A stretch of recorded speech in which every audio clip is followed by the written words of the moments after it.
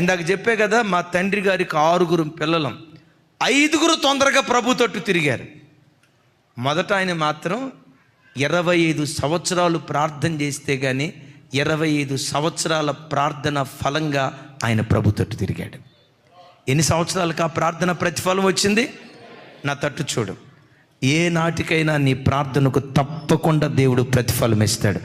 ఏ రోజు నేను చెప్పలేను, చిట్టి మీద రాసి పలానా తారీఖు పలానా రోజు కల్లా మీ కష్టాలు తీరిపోతాయి, మీ ప్రార్థనకు దేవుడు జవాబిస్తాడు అని నేను చెప్పలేను. కానీ ఒకటి ఖచ్చితం, ఏ నాటికైనా నీ కన్నీళ్లు దేవుడు తుడుస్తాడు. ఏ నాటికైనా నీ అంగలార్పు దేవుడు నాట్యంగా మారుస్తాడు. నీవు చేసిన ప్రతి ప్రార్థనకు దేవుడు జవాబిస్తాడు. ప్రార్థనకు జవాబు ఇవ్వటం మాత్రమే కాదండి, ఈ దేవుడు ఎవరో తెలుసా? అడుగు వాటికంటే, ఊహించు వాటికంటే అత్యధికంగా కార్యాలు చేయగలిగిన దేవుడు. ఆ దేవునికి చప్పట్లు కొడుతూ స్తోత్రాలు చెప్దాం.